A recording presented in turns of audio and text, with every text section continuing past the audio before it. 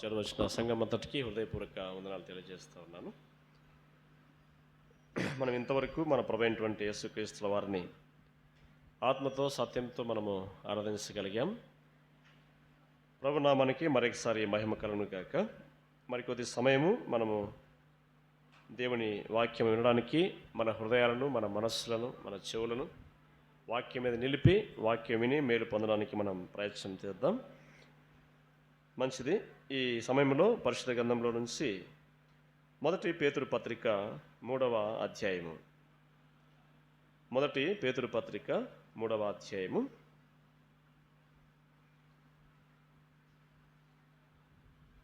మొదటి వచనం నుంచి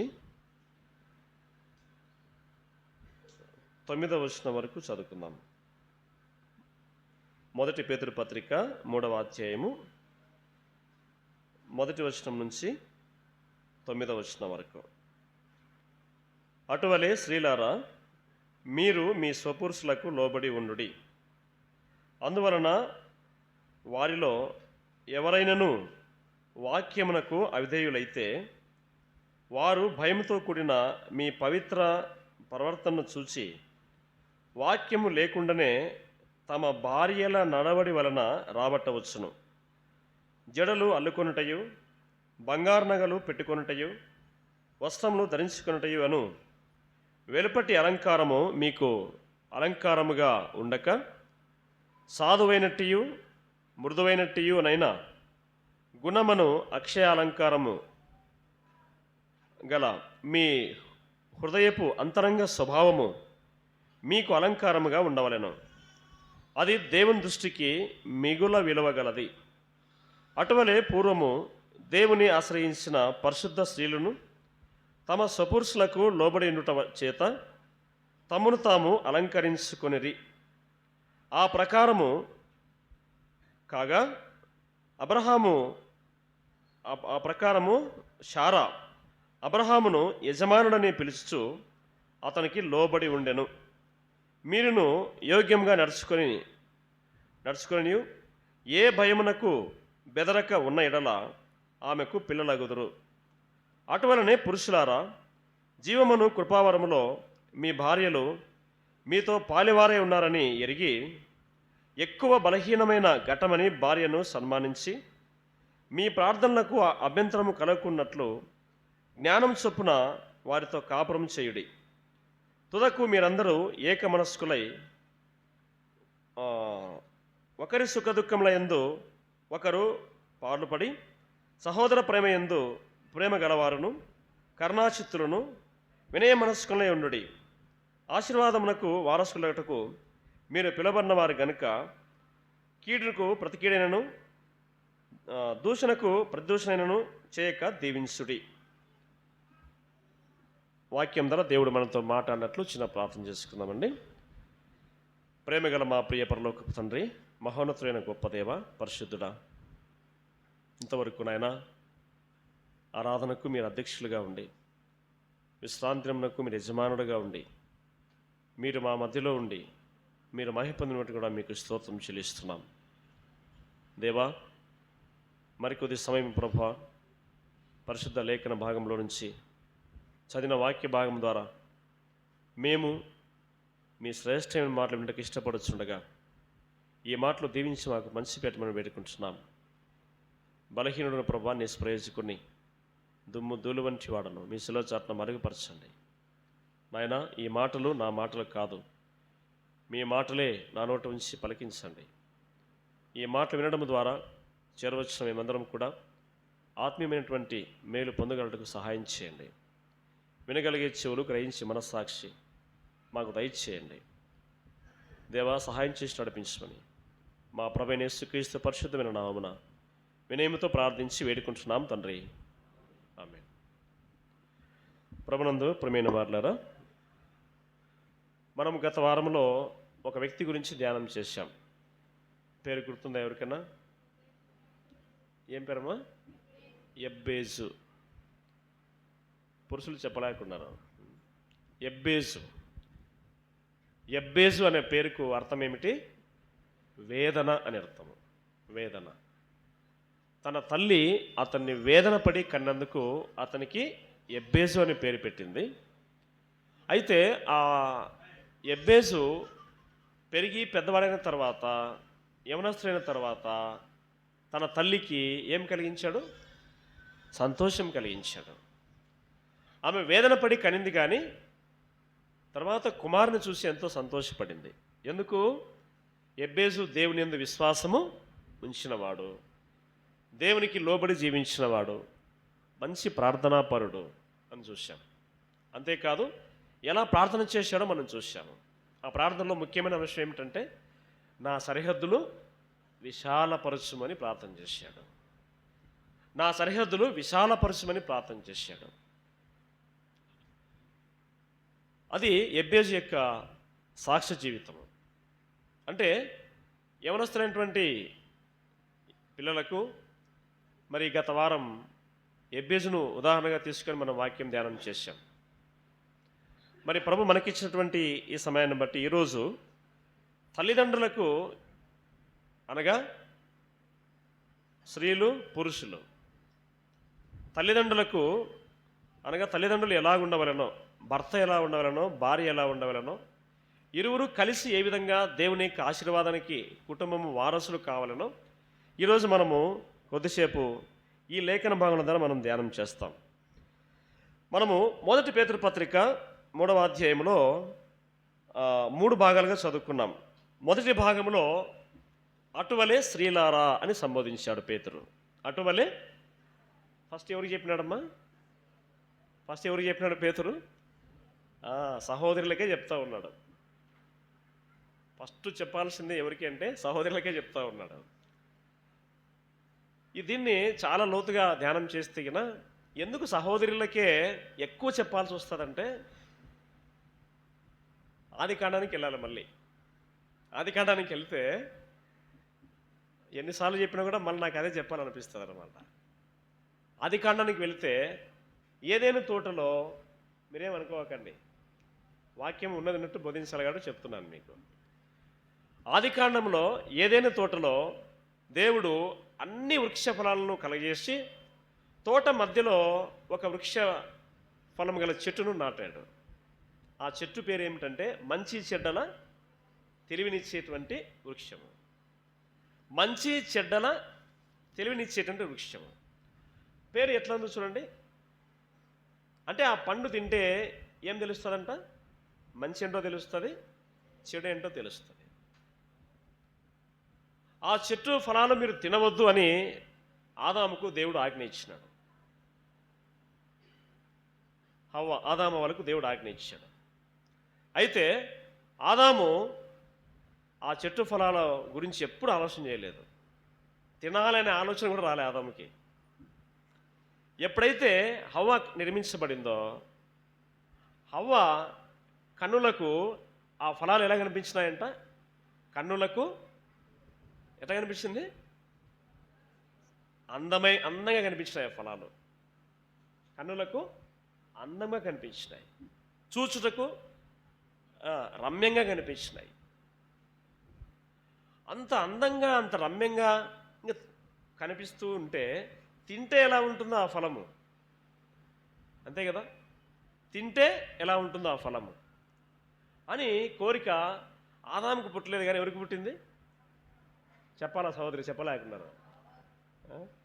ఏమన్నా మాకే చెప్తున్నాను, వాళ్ళ వీళ్ళకి కూడా ఉంది. మళ్ళా ఫస్ట్ మీకే అనమాట. ఆ తినాలనేటువంటి ఆలోచన హవ్వకే పుట్టింది. ఆ ఆలోచన ఎప్పుడైతే పుట్టిందో దేవుని మాట మర్చిపోయింది. దేవుడు ఏం చెప్పినాడు? తినొద్దని చెప్పాడు. ఆ మాట గుర్తుకే రాలే ఆమెకింగా. ఎందుకు? ఆ ఫలం అంతా కనులకు అందంగా కనిపిస్తుంది, రమ్యంగా కనిపిస్తుంది, ఇంకా తింటే ఎంత మధురంగా ఉంటాయో అని చెప్పేసి ఆమెకు ఆలోచన పుట్టింది. కానీ దేవుడు తినొద్దని చెప్పాడు కదా అని మాత్రం ఆలోచన రాలేదు ఆమెకి. ఎప్పుడైతే అటువంటి ఆలోచన పుట్టిందో ఎమ్మడే సాతాను రెడీగా ఉంటాడు అనమాట. అపవాది రెడీగా ఉంటాడు. అపవాది వెంటనే సర్పం రూపంలో వచ్చి విస్తరించి చెప్పడానికి టైం లేదు కానీ తొందరగా వెళ్ళిపోతున్నాను నేను. అపవాది సర్పం రూపంలో వచ్చి ఇది నిజమా అని అడిగాను. ఏమనింది? ఎవరికి వినపడింది? హవ్వకి వినపడింది. ఇది నిజమా అనేసరికి హవ్వకి వినపడింది. ఏది నిజము? ఎవరు పిలిచింది నన్ను? ఎవరు పిలిచాలా? పిలిస్తే ఎవరు పిలిచాలా? ఆదాం పిలిచాలా? ఏమన్నా దేవుడు పిలిచాలా? యెహోవా దేవుడు పిలవాలా? ఇంకా మూడో వ్యక్తి పిలుపు ఎవరిది గ్రహించలేకపోయింది ఆమె. అంటే దేవుని మాటల కంటే, భర్త మాటల కంటే అపవాది మాటలు అంత వినడానికి ఇంపుగా ఉంటాయన్నమాట. వినింది. ఇది నిజమా అంటే, ఏంది నిజమా అనే మాట వినపడుతుంది? ఎవరు పిలిచింది నన్ను? ఎవరు చెప్తున్నారు నాకు?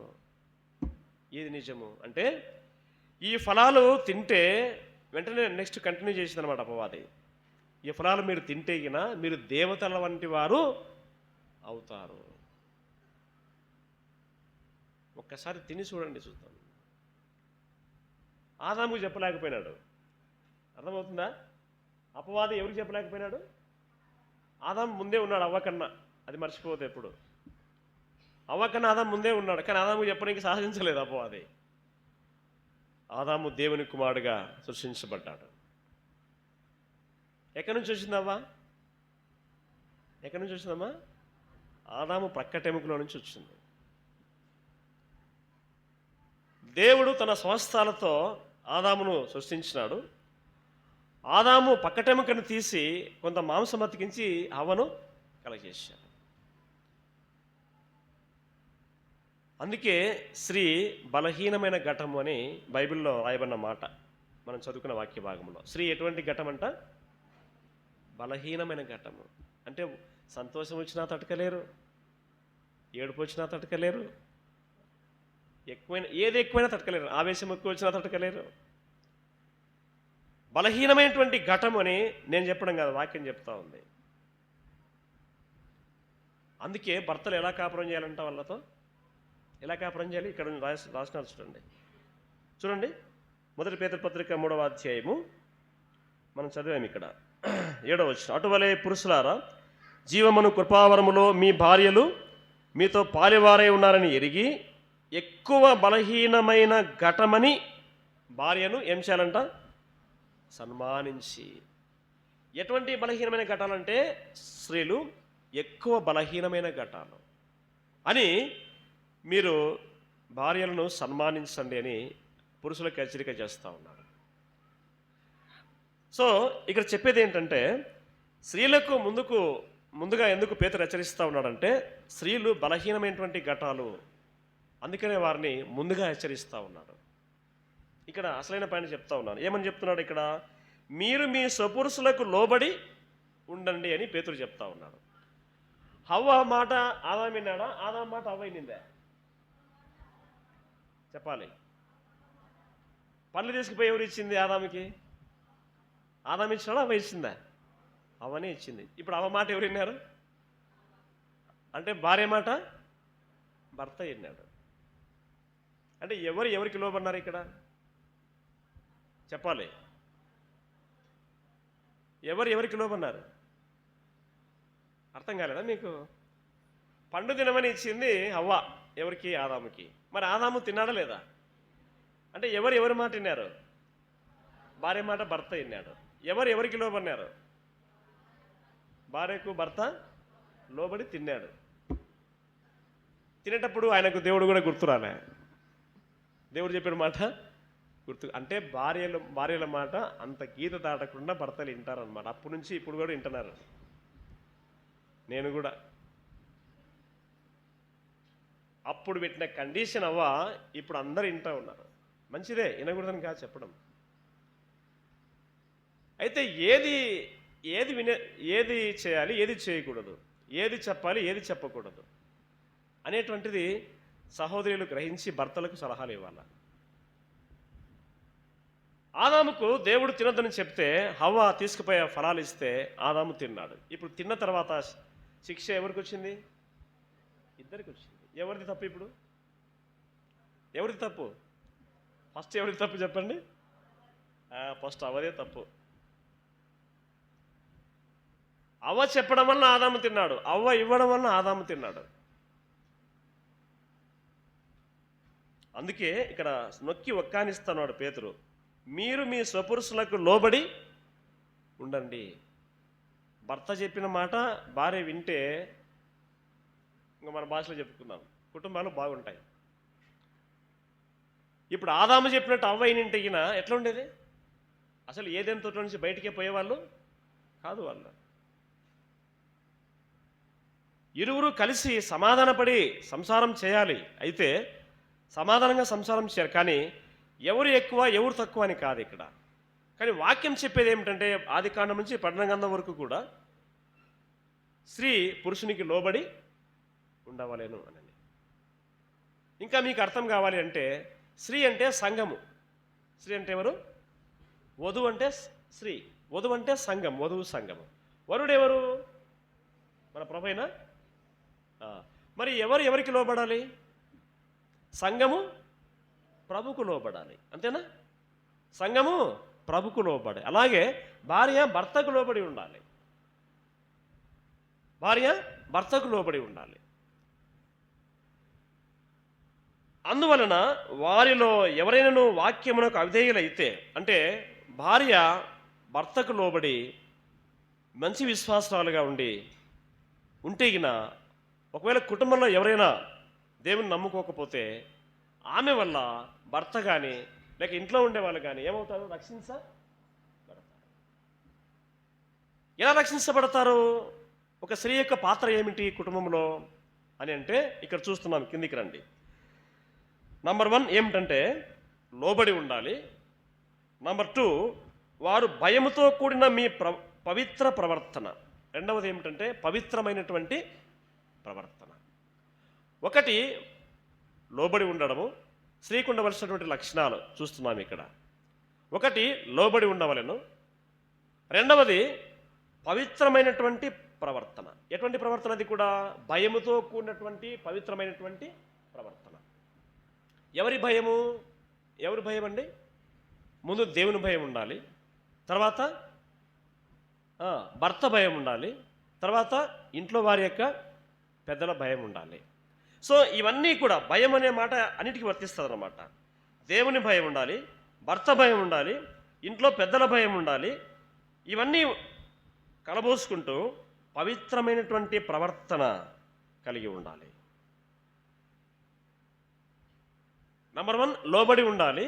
నంబర్ 2 పవిత్రమైనటువంటి ప్రవర్తన కలిగి, అంటే భయముతో కూడినటువంటి పవిత్రమైన ప్రవర్తన కలిగి ఉంటే నీకు వాక్యం చెప్పాల్సినటువంటి అవసరం లేదు, వాక్యము నీకు చెప్పనీకి రావాల్సిన అవసరం లేదు. వాక్యము లేకుండానే తమ భార్యల నడవడి వలన రాబట్టవచ్చును. అర్థమవుతుందమ్మా స్త్రీ యొక్క పాత్ర కుటుంబంలో ఎలా ఉంటుందో? వాక్యము లేకుండానే, వాక్యము చెప్పడానికి రాకపోయినా పర్వాలేదు, ఒకటి లోబడి ఉండడము, రెండవది పవిత్రమైనటువంటి ప్రవర్తన కలిగి ఉంటే, అందరి పట్ల భయం కలిగి ఉంటే, తన యొక్క ప్రవర్తన ద్వారా, తన యొక్క సాక్షి జీవితం ద్వారా, విశ్వాస జీవితం ద్వారా ఇంట్లో వాళ్ళందరినీ కూడా దేవుని సన్నిధికి తీసుకొని రావచ్చు. అర్థమవుతుందా? అంటే స్త్రీ యొక్క పాత్ర ఇంట్లో చాలా ప్రాముఖ్యమైనటువంటిది. ఆనాడు హవ్వ చేసినటువంటి పొరపాటు వల్ల ఏదైనా తోటలో నుంచి ఇద్దరు భార్యాభర్తలు బయటకు వెలివేయబడ్డారు.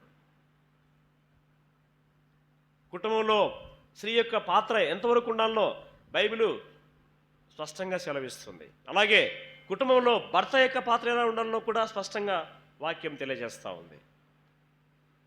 మూడవ ముఖ్యమైన లక్షణము, కిందికి రండి. జడలు అలుకొనుటయు, బంగారు నగలు పెట్టుకొనుటయు, వస్త్రము ధరించుకున్నటయును వెలపటి అలంకారము మీకు అలంకారముగా ఉండక. మూడవ లక్షణం ఏమిటంటే, సహోదరులకు ఉండవలసిన మూడవ లక్షణం ఏమిటంటే అలంకరణ.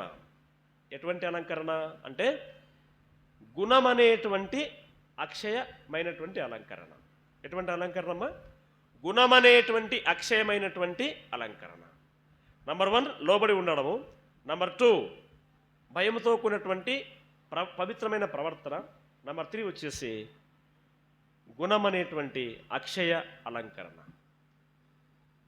ఈ 3 గుణమనేటువంటి అక్షయ అలంకరణ అంటే బైబిల్లో సామెతలో ఒక మాట రాయబడి ఉంది, గుణవతి అయిన భార్య దొరుకుట అరుదు, అట్టిది ముత్యముల కంటే శ్రేష్టము. గుణవతి అయిన భార్య దొరుకుట అరుదు, అట్టిది ముత్యముల కంటే శ్రేష్టము.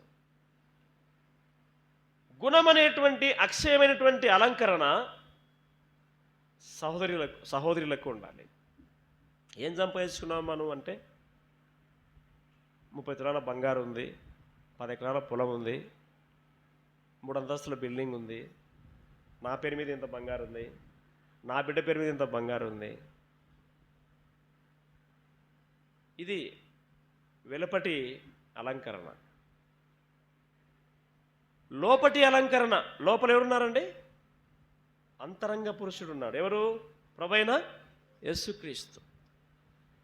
అంతరంగ అలంకరణ, అంతరంగ స్వభావము అక్కడ చూస్తున్నాం మనం. చూడండి, గుణమనేటువంటి అక్షయాలంకారం గలవారై మీ హృదయమును అంతరంగ స్వభావము మీకు అలంకారముగా ఉండవలెను. అంతరంగ అలంకారము మీకు అలంకారంగా ఉండాలి. వెలుపటి అలంకరణ అంటే ఏమిటి? ఇక్కడ చెప్పాడు, 3 విషయాలు చెప్పాడు పేతురు. అప్పుడు విషయాలు ఇప్పటికి కూడా వర్తిస్తాయన్నమాట. ఏమిటి? నెంబర్ 1 చూస్తున్నాం ఇక్కడ, జడలు అల్లుకొనుటయు. జడలు అల్లుకొనుటయు. ఇప్పుడు పిల్లలకి చూస్తున్నాం మనం, స్కూల్కి వెళ్తే 2 జడలు వేసుకోవాలా. చిన్నపిల్లలకి స్కూల్కి వెళ్తే 2 జడలు వేసుకోవాలి. స్కూల్ ఎప్పుడైతే హాలిడేస్ ఇస్తారో పిల్లలకి విసుకొస్తారు అనమాట. ఇంకా ఒక జడ వేసుకుంటారు, ఇంకా ఒక జడ, రకరకాల జడలు వేసుకుంటారు. లోకంలో ఒక సామెత ఉంది, ఎంటికెళ్ళిండమ్మా ఎన్ని జడలైనా వేసుకుంటా, ఎంటికెళ్ళినమ్మా ఒక జడ కూడా వేసుకోలేదని కదా. ఈ మధ్య పురుషులు కూడా జడలు వేసుకుంటా ఉన్నారు. ఇదొక ఫ్యాషన్ అయిపోయింది.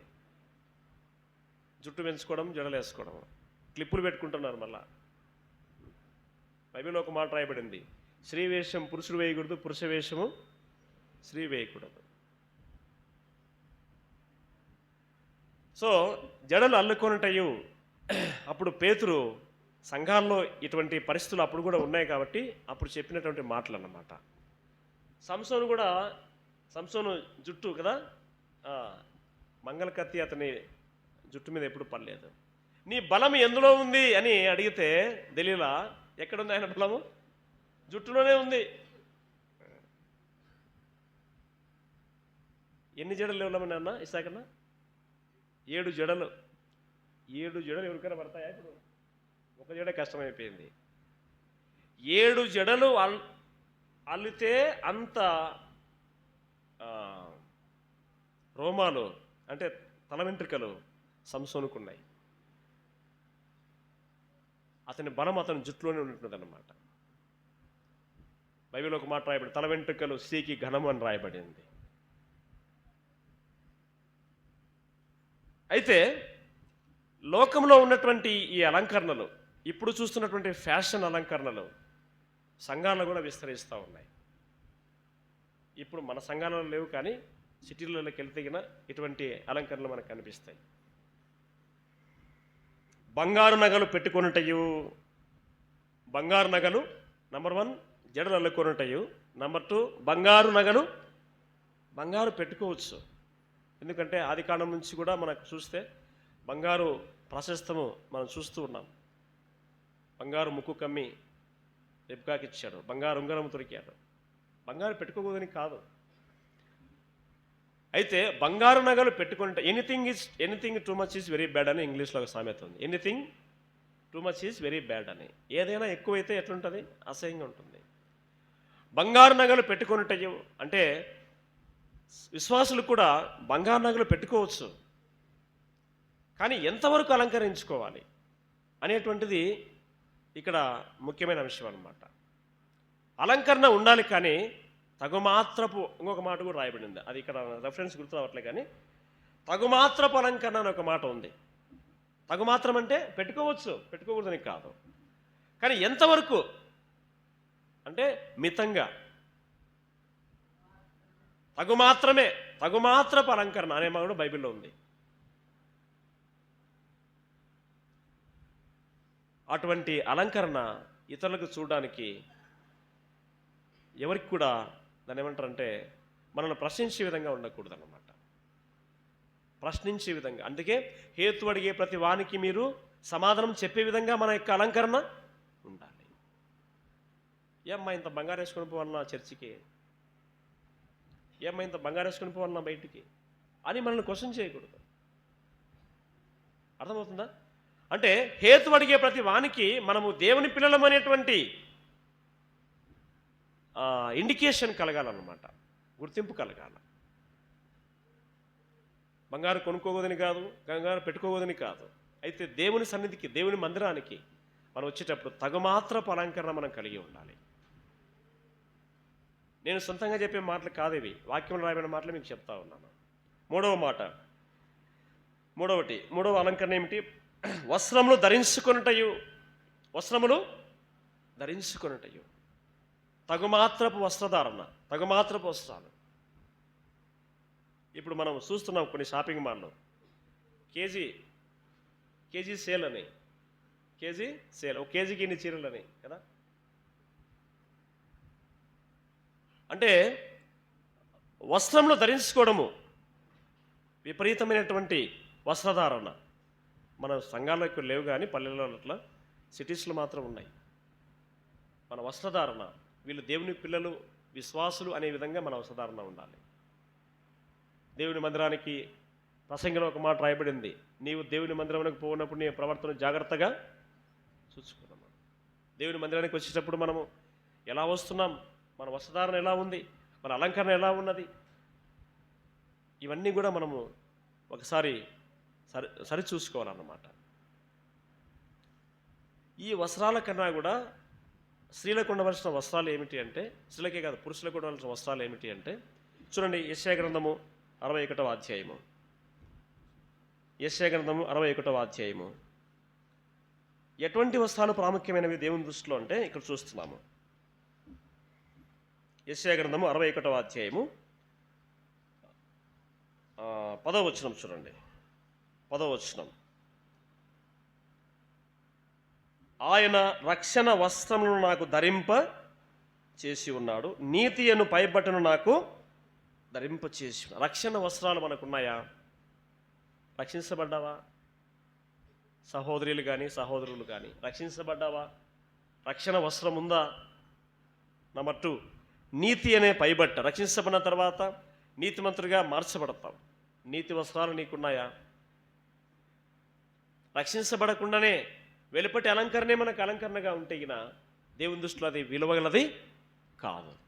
అలాగే 3వ వచనం చూడండి, 61వ అధ్యాయం 3వ వచనం. సీయోనులో దుఃఖించే వారికి ఉల్లాస వస్త్రము ధరింప చేయుటకు మనం చూస్తున్నాము. ఉల్లాస వస్త్రములు, రక్షణ వస్త్రములు, నీతి వస్త్రములు, ఉల్లాస వస్త్రములు. ఇంకా కిందికి రండి, భారభరితమైన ఆత్మకు ప్రతిగా స్తుతి వస్త్రము.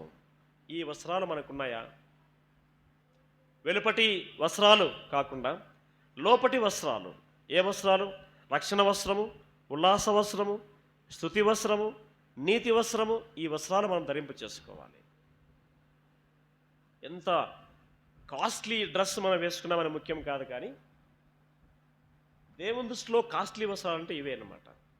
రక్షణ అనేటువంటి వస్త్రం ఉన్నదా? పెళ్లి వస్త్రం అంటే రక్షణ వస్త్రము. రక్షణ వస్త్రం ఉన్నదా? స్తుతి, దేవుని స్తుతిస్తూ ఉన్నావా? ఇంట్లో కానీ బయట కానీ మందిరంలో కానీ వ్యక్తిగతంగా కానీ దేవుణ్ణి స్తుతిస్తూ ఉన్నావా? ఈ స్తుతి వస్త్రం నీకుందా? స్తుతి అనే వస్త్రం మనం ధరిస్తూ ఉన్నామా? నీతి అనేటువంటి పైబట్ట, నీతిమంతులుగా మనం జీవించడానికి మనం ప్రయత్నం చేస్తున్నామా? నీతిమంతులుగా మార్చబడ్డాము, మంచిదే. అయితే దినదినము మనము ఈ మన జీవితాన్ని ప్రభు యొక్క రక్తంలో మనం కడుక్కుంటూ ఉండాలన్నమాట. ఈ లోకంలో మనం జీవిస్తూ ఉన్నాం, ఈ లోక మాలిన్యము మనకు అంటుకున్నదేమో అని మన వస్త్రాలను ప్రతిరోజు మనము శుభ్రం చేసుకుంటూ ఉండాలి వాక్యము ద్వారా. ఇటువంటి అనుభవం మనకు ఉండాలి. ఇటువంటి వస్త్రాలు ధరించుకుంటే చూడండి, ఇక్కడ చూస్తున్నాము దేవుని దృష్టిలో విలువైనటువంటి అలంకరణ ఏమిటి అంటే 4వ వచనం, 1 పేతురు పత్రిక 3వ అధ్యాయం 4వ వచనం. సాధువైనట్టు మృదువైనట్టునైనా గుణమనే అక్షయ అలంకారము గల మీ హృదయపు అంతరంగ స్వభావము మీకు అలంకారముగా ఉండవలను, అది దేవుని దృష్టికి మిగుల విలువగలది. దేవుని దృష్టికో మిక్కిలి విలువైనటువంటి అలంకరణ ఏమిటి అంటే మన హృదయం అనేటువంటి అంతరంగ స్వభావము దేవునికి ఇష్టంగా ఉండాలి. ఇదే నిజమైనటువంటి అలంకరణ. మన వస్త్రాలు కాదు, మన బంగారు కాదు, మన జడలు కాదు, మనకున్న ఏది కాదు. కానీ దేవుని దృష్టిలో మిక్కుల విలువైనటువంటి అలంకరణ ఏమిటి అంటే అంతరంగ స్వభావము మనము పరిశుద్ధంగా ఉంచుకోవాలి. మన హృదయం అనేటువంటి అంతరంగ స్వభావం మనము పరిశుద్ధంగా ఉంచుకోవాలి. సో సహోదరులు లోబడి ఉండాలి.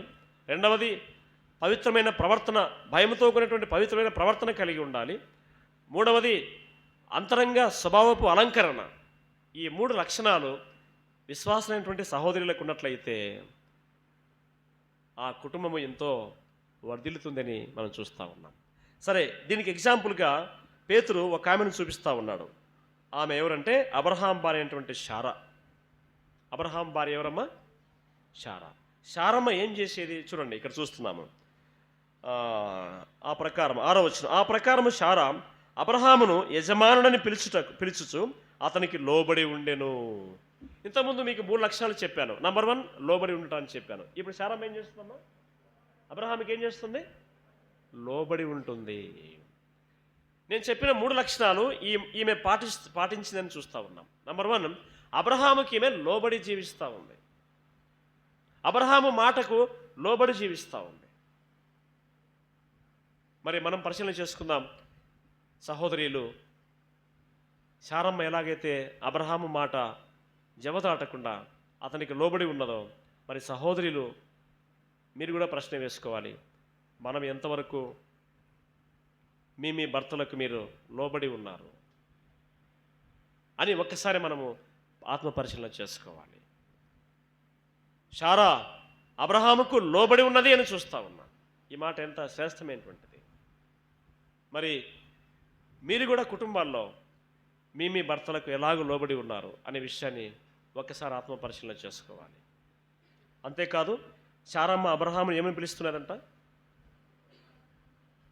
యజమానుడా అని పిలుస్తున్నది. మనం ఏమని పిలుస్తున్నాం? ఏమ్మా ఏమని పిలుస్తున్నారు? శారమ్మ అబ్రహామును యజమానుడా అని పిలుస్తూ ఉన్నది. అన్న యాటికి పోయినాడమ్మా అంటే, ఏమో యాటికి పోయినాడు?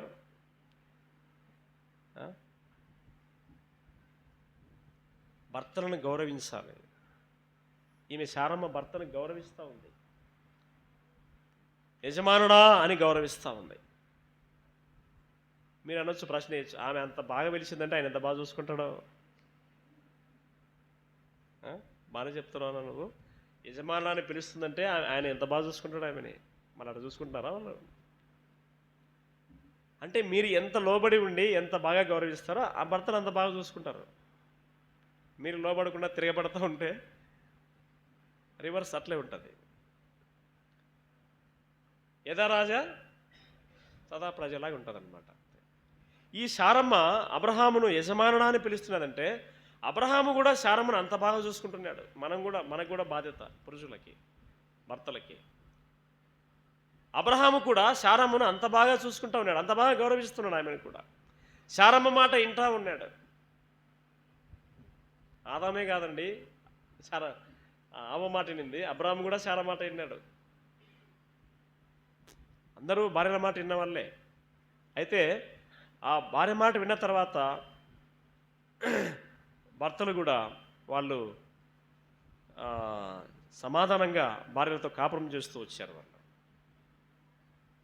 శారమ్మ అబ్రహామును యజమానుడాన్ని పిలుస్తూ ఉంది, భర్తకు లోబడి జీవిస్తూ ఉంది. అలా పిలవడమే ఆమెకు గొప్ప అలంకరణ.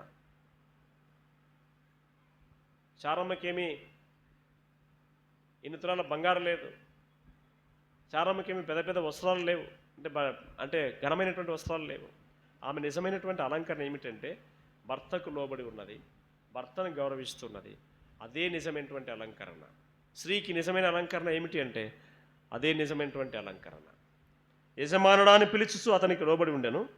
మీరును యోగ్యంగా నడుచుకొనుచు ఏ భయమునకు బెదరక ఉన్న ఎడల ఆమెకు పిల్లలు అగుదురు అని చూద్దాం. ఆ విధంగా శారమ్మ భర్తకు లోబడి, దేవునికి లోబడి ఆమె జీవించింది కాబట్టి శారమ్మ గర్భంలో నుంచే వాగ్దాన పుత్రుడైనటువంటి ఇస్సాకు వచ్చాడు. ఆమె గర్భం ఉడిగిపోయినప్పటికీ కూడా దేవుడు ఆమెను దీవించాడు. ఆమె గర్భంలో నుంచే ఇస్సాకును తీసుకొని వచ్చాడు. ఇస్సాకు వలనైనది నీ సంతానమనబడును అని వాగ్దానం చేశాడు. ఇస్సాకు వలన నీ సంతానమనబడును అంటే ఇస్సాకు వాగ్దాన పుత్రుడు. శారమ్మ నవ్వింది ఆటికి కూడా పాపం. ఏమయ్యా, నా గర్భం ఉడిగిపోయింది, గర్భం ఉడిగిన దానని నేను, నాకు పిల్లలు పుడతారా అని. శారమ్మ, నీవు నవ్వొద్దమ్మా, మీదటికి నీ గర్భములో కుమారుడు పుట్టబోతా ఉన్నాడు అంటే శారమ్మలో ఉండేటువంటి లక్షణం చెప్తున్నాను మీకు. భర్తకు లోబడి ఉన్నది, భర్తను గౌరవిస్తున్నది కదా. అటువంటి విధంగా ఉన్నప్పుడు ఆమెకు, శారమ్మకి అంత వయసులో కూడా దేవుడు ఆమె గర్భాన్ని తెరిచాడు. మరి సహోదరులు, కుటుంబాలలో సహోదరుల యొక్క పాత్ర ఎలా ఉన్నదో మనం ఎంతవరకు ధ్యానం చేశాం. ఇంకా తక్కువ టైంలో పురుషుల గురించి 4 మాటలు చెప్పి నేను ముగిస్తాను. ఏం మాకు ఎక్కువ చెప్తున్నారు, తక్కువ చెప్తున్నారు అనుకుంటున్నారా? సమయం ఇస్తే వాళ్ళ గురించి కూడా చెప్పవచ్చు. సమయం లేదు కాబట్టి తక్కువగా చెప్పాల్సి వస్తుంది. అటువలనే పురుషులారా, జీవమనే కృపావరంలో మీ భార్యలు మీతో పాలివారే ఉన్నారని ఎరిగి ఎక్కువ బలహీనమైన ఘటమని భార్యను సన్మానించి మీ ప్రార్థనలకు అభ్యంతరము కలగకున్నట్లు జ్ఞానం చొప్పున వారితో కాపురము చేయండి. ఎంత బలహీనమైన ఘట్టాలు స్త్రీలు అంటే, దావీదు మందసం మోసుకొని వస్తూ నాట్యం చేస్తుంటే దావీదు భార్య మీకాలు ఏం చేసింది? అతన్ని హీనపరిచింది. అతను నాట్యం చేసుకుంటూ మందసం తీసుకొని వస్తూ ఉన్నాడు. రెఫరెన్స్ మనం చూస్తే మొదటి సమూయేలు గ్రంథం మనం చూస్తాం. సమూయేలు గ్రంథం 2వ అధ్యాయం 6వ 20 చూస్తాం మనం అక్కడ. ఈ మీకాలు దావీదును చూసి ఎగతాళి చేసింది. తన పనికత్తెలతో కలిసి దావీదును ఎగతాళి చేసింది. అప్పుడు దావీదు ఆమెను ఏమీ వ్యతిరేకించలేదు. జ్ఞానం చొప్పున కాపురం చేయాలి పురుషులు అనే దానికి చెప్తా ఉన్నాను నేను. మీకాలు అంతగా ఎగతాళి చేసినా, అంతగా అసహ్యపరిచినా, అంతగా అందరి దగ్గర భర్తను అవమానపరిచినా కానీ, భార్య అంత అవమానపరిచినా దావీదు భార్యను ఒక మాట కూడా అనలేదని చెప్పేసి అనకపోయినా ఏం తగులుతుంది చెప్పండి? ఏం తగులుతుంది? దేవునికి మొరపెట్టుకుంటారు వాళ్ళు. భర్తలు ఎవరికి మొరపెట్టుకుంటారండి? దేవునికి మొరపెట్టు. మిమ్మల్ని ఏమనలేక ఏం చేస్తాం చెప్పండి? దేవునికి మొరపెట్టుకుంటాం. అంటే పురుషులకు ఏం చెప్తున్నానంటే, భార్యలు బలహీనమైన ఘటమని వారిని సన్మానించి, అంటే వారిని అర్థం చేసుకుని, మన ప్రార్థనలకు ఆటంకం కలగకున్నట్లు. వాళ్ళు అరిచినారు, మనం అరిచి కొట్లాడితే ఇంకా ప్రార్థనకు రాలేము. అర్థమవుతుందా?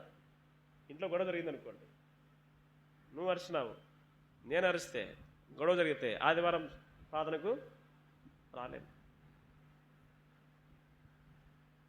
మన ప్రార్థనలకు అభ్యంతరం కలగకున్నట్లు, మన ప్రార్థనలకు ఆటంకం కలగకున్నట్లు జ్ఞానం చొప్పున వారితో కాపురం చేయాలి. భర్తలకు హెచ్చరిక చేస్తూ ఉన్నాడు అన్నమాట పేతురు. వారిని బలహీనమైన ఘటమని వారిని సన్మానించి, వాళ్ళు తిట్టినా మనం ఏం చేయాలన్నా? వాళ్ళు తిట్టినా మనం ఏం చేయాలా? ఓర్చుకొని పోవాలా?